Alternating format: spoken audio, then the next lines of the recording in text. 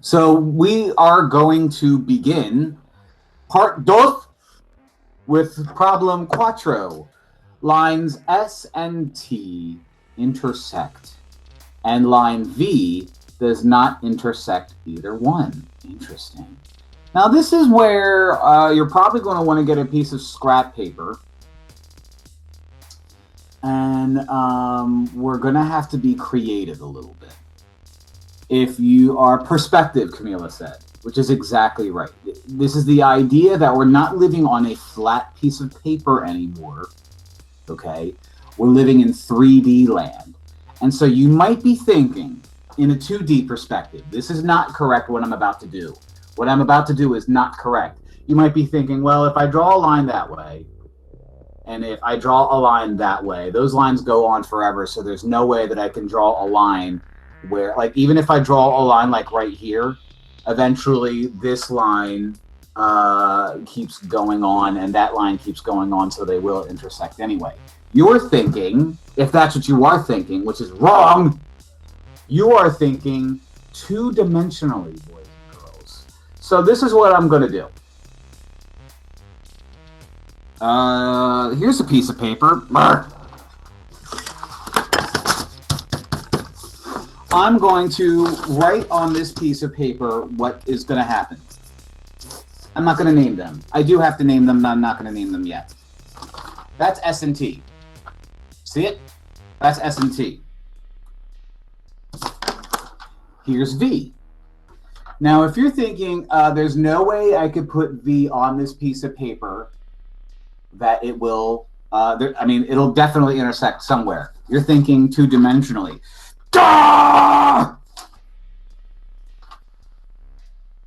Now that's line V, is it? Line V, I just stabbed through the pencil. S will keep going that way. T will keep going that way. And V is going three-dimensionally pointing at you. So there's no way that S is going to run into V, and there's no way that T is going to run to V. And V is just some three-dimensional thing poking out. So how do I draw that on a two-dimensional object? If you're sitting there with a scrap sheet of paper and you're wondering, how do I draw an X that looks like this and then a line that just comes upstairs that I'm yelling, thank you. It frightens my children because they hear their dad just yelling in this one room all by himself, and they probably think I have some kind of mental disorder, which I. So if I want to show the two lines intersecting, the way I demonstrated it to you was I drew it on a piece of paper. So I need a piece of paper, a plane, if you will. Okay. If I want to show S and T on the sheet of paper, there's my S, call it S. There's my T, call it T. And the way I'm going to demonstrate my, V, is I'm going to go, Dah! And have it shooting straight up and have it coming down like that. I could draw a dashed line. You remember from, regular old geometry stuff that when you draw a shape, like if you were to draw a cone, not a cone, a cylinder, that maybe you would draw a cylinder like that, and the dotted line in the background is the part that you can't see, but it still represents a circle. You could draw a dotted line, but I'm not going to, because I think the dotted line is very hard to do when drawing on a Chromebook for me. As you can tell, my handwriting is already 1,000 times worse when I'm writing on a Chromebook. And it just doesn't look right. It doesn't do the picture justice. So I'm going to leave the picture that I drew like that. So I'm going to call it V. And there you have it. So what you're looking at, again, is a piece of paper with two lines on the piece of paper and then T stabbing through it going upstairs. S and T intersect, but V will not intersect either one.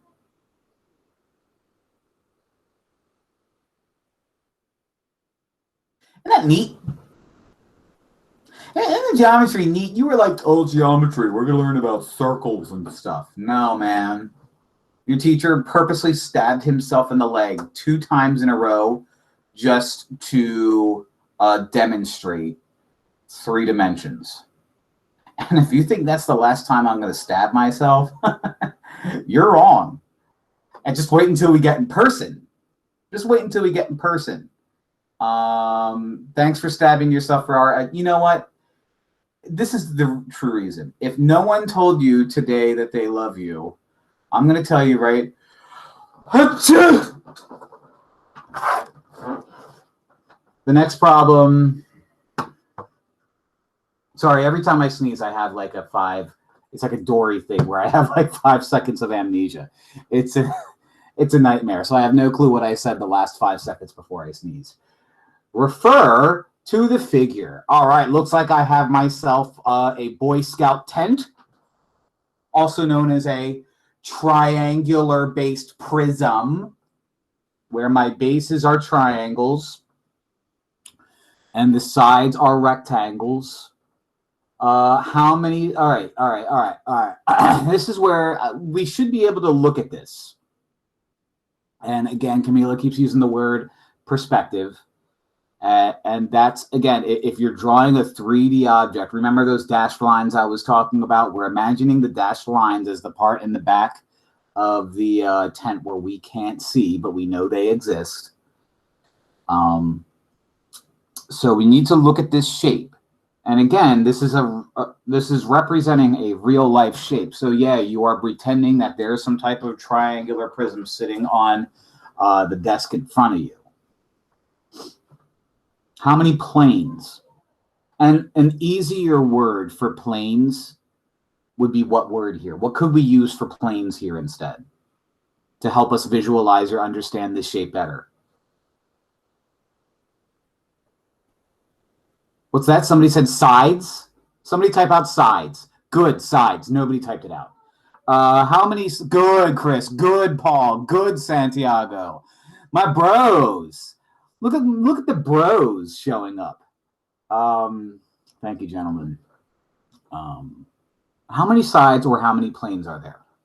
Unmute thyself. 5, Paul said. I agree. We have the front side triangle, the back side triangle, this side, and the floor. Okay. No, I'm sorry, Camilla. It's not 5,555,555. You are wildly wrong by a whole lot. Good. Name 3 points that are collinear, either in the chat or unmute yourself. 3 points that are collinear. There's several answers here. AHB is absolutely correct. If I look at A is the very end of that line. B is the very end of that line, and then you have H right in the middle. So I saw one correct answer, AHB. The other one is what everybody is saying is also BJ and F. Those fall on the same line as well. So either answer is acceptable. And I know I said there's several answers here. Honestly, those are the only answers that I do see that are correct. So I take back my lie. But good job answering both of those. They fall on the same line. Erase U. Are A, H, J, and D coplanar?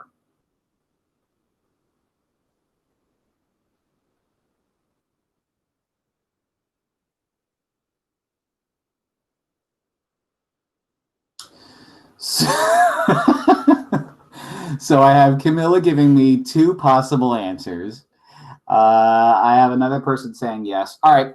So let's visualize before I give any answer. Let's visualize this as us looking at a tent, a triangular tent. Okay. The plane ACE, the triangle ACE is the front. The side facing us is AB F, E. Does that make sense? The side that we can see is A, B, F, E. We can't see A, B, D, C. We can't see it because that's the back side. So it looks like we care most A, H, J, D. It looks like we care. H is on the tippy top. So A, H, and J. First off, A, H, and J, is that on the side we can see or on the side we can't see? A, H, and J. Can we see that side? We can, says Camilla. I agree. Where does D live? On the side that we can see or the side that we can't see? Where does D live? Can't see is correct by Paul. So D is the bottom part of the tent that we can't see. That's the stake. So our points A, H, J, and D coplanar, do they all live on the same side? The answer is no. So again, it's understanding perspective.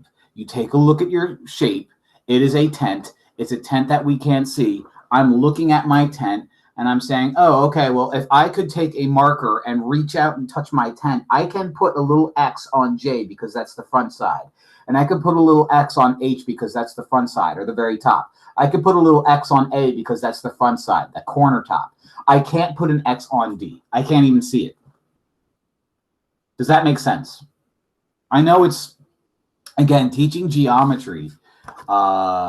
Teaching geometry is so challenging because you're looking at 3D objects on a computer screen. And I'm not the best artist in the world. So, you know, if we're in person, you would see me running around the room, taking blankets and building tents, and we would make forts all the time.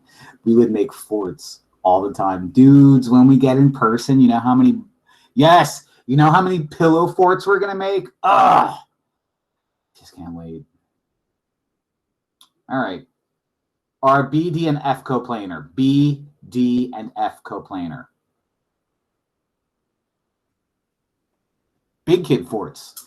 I'm glad you didn't misspell Big Kid Forts and put an A in the word forts, because that is not the type of class that I want. Not at all the type of class that I want. By the way, those of you who are bad at spelling, Big Kid Farts. Sorry, I have kids, and that's all we talk about. Are B, D, and F coplanar? Think of the shape that B, D, and F are all attached to. What are B and D and F all attached to? Are they all attached to the same thing? That's actually the question that we should answer. Are they all attached to the same thing? Paul says yes. What thing are they attached to? If you're going to say yes. Athena also said yes. Triangle. So B, D, and F are actually the corners, or the math word is vertices of a triangle. So yeah, B, D, and F are yes because they make up the corners of the triangle, and as one of you said, in the back, the little side in the back. Okay? Okay. I mean, I literally would take a blanket and we would make a fort, and we would probably put the fort around the, oh no, we wouldn't be able to put it around the whiteboard because the projector wouldn't shine through. Ah! Oh well, we'd make it work. This would be hard to make a fort out of. Oh, Paul has a blanket. You know what? Listen, man, when it comes time, if you own a blanket, yeah, I know, Paul must be rich. If you own a blanket and if you want to bring it in, I won't stop you. Some of us don't own blankets though, and we don't want to pass judgment. No way, Camilla. Gosh, yo, I don't even know how that's possible. I sleep with a rag if I'm lucky. I want someone to look at this shape. We have this is called a pentagonal. So think of Washington, D.C. You have the Pentagon, and the Pentagon is literally made up of a, pentagon, and it shoots up. So the Pentagon building is literally what you see here. This is just a really skinny pentagon. Pentagonal prism. living on top of a plane called A. So we literally have the Pentagon. And I know all of you are connected to politics, so you're visualizing this and you're like, oh yeah, okay, that's where they make the decisions about education and the military. Name 2 collinear points. Go. There's like a billion answers to this. DN? Huh? D and N? Or is there wait, P? V. It's a V. Oh, V, yeah. V and N works. This is a line. Beep, beep. So V and N work. W and Q, I see. W and Q. Beep, beep. So, oh, wow. So that works as well. Good. P and T for physical therapy. Beep, beep. Very good. So that's... no, cancel. Actually, I probably could have reset the page and that would have been just as easy. How many planes appear in the figure? I'll let you guys try this one too. How many planes appear in the figure? Now remember, so Paul says 8, Athena says 7. We're thinking 3-dimensionally. We're thinking of the actual Pentagon in Washington, D.C., and it's on the ground. So I see a lot of 7s. I see Camilla with a really big number. Again, you're wrong. I see several answers. I see either 7 or 8. Those of you who say 7, explain yourself. Unmute and explain yourself. Oh, wait a minute. I saw a magical phrase that maybe I don't want you to unmute themselves. Somebody just said something very important. Chris, you just said something very, very, very important. Chris, what did Chris just say? The ground. So the Pentagon itself, actually, no. It's not 8. It is 7. What? Because the floor of the Pentagon is also the plane A. Tricky. So we have the ceiling. We have 1 wall, 2 wall, 3 wall, 4 wall, 5 wall. So that's 6 so far. And then we have this big floor that extends forever. So even though we have a Pentagon living on the plane, the Pentagon is part of the plane. So it actually is 7. Oh, man, if I went with my gut, I would have gotten it wrong. I'm such a dunderhead.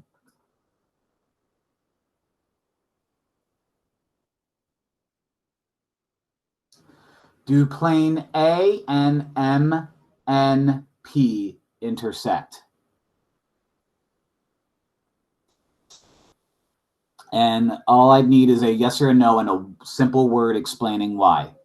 Do plane A, which is the floor, and what was it, MNP intersect? A is the ground. A is the name of the piece of paper that the Pentagon is living on. The piece of paper that goes on forever. By the way, what could we name if we were calling this an actual building? Plane M and P would be which part of the Pentagon?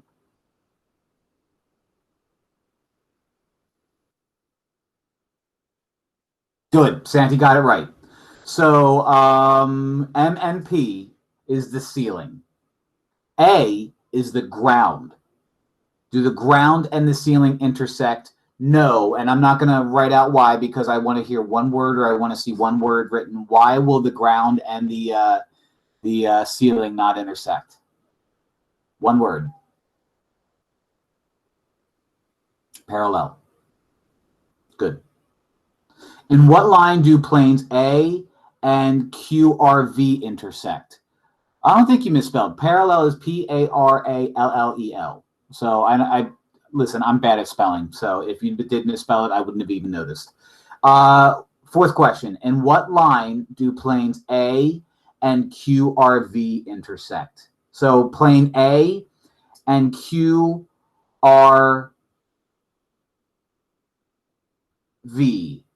intersect. So, all right. This is a tough one. So we have a piece of paper and we have the pentagon, okay?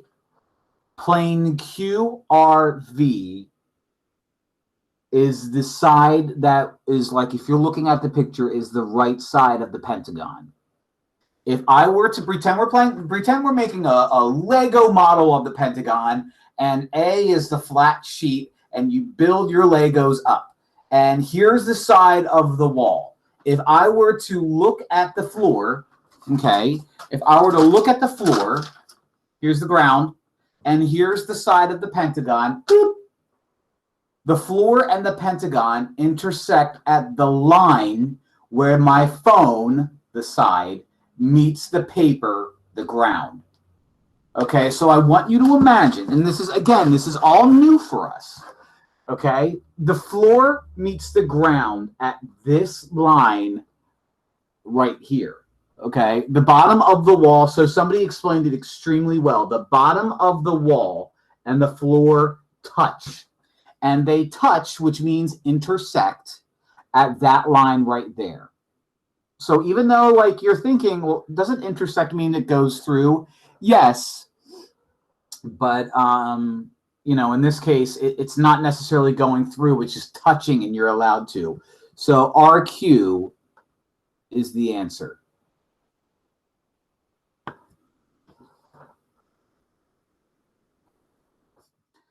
Do S, T, R, Q, and V live on the same side or ground?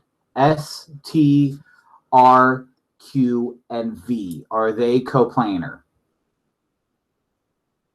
No is correct, because S, T, R, and Q live where? Where do S, T, nuts. Where do S, T, R, and Q live? The ground. And then that last one lives where? Ceiling. So you guys are getting it. How about T, S, R, Q, and W?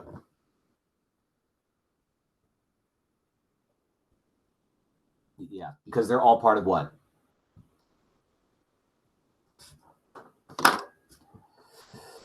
Good. Oh.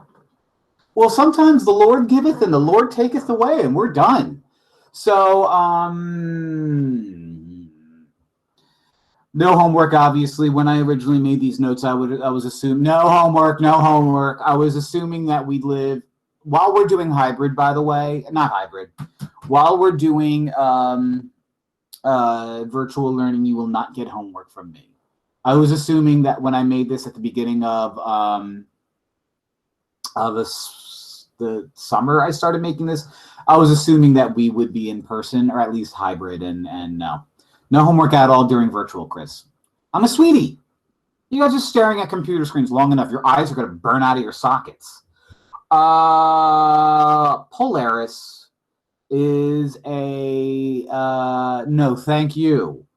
Polaris is, well, this picture, it's a map, is the Big Dipper, or maybe it's the Little Dipper. I don't know. Science is lame. You don't even have it today.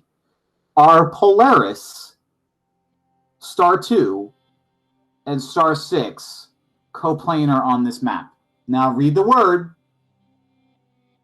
Big diaper. Oh, I can't wait till we're in person. You guys make good jokes, and we're going to have pillow forts, and I can't wait. As long as they don't turn into pillow fights and big kid farts. Athena says yes. Athena, you can either explain yourself by unmuting, or you can explain yourself by typing. Just using the fact that we're looking at a poster here. Why? Because they're on the same line. Because they're on the same, well... Who? They're on the same... They're not on the same line, technically. Lines are supposed to be straight, and these are... This line, this is a line, and that is a line, and that is a line, and that is a line. So lines aren't allowed to bend.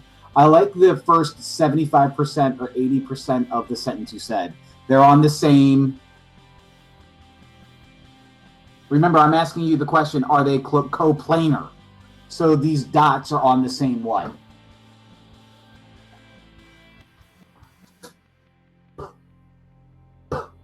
Plane. See, if I'm looking at a poster, which this is, and I put a dot here and a dot here and a dot here, they're on the same plane because they're coplanar.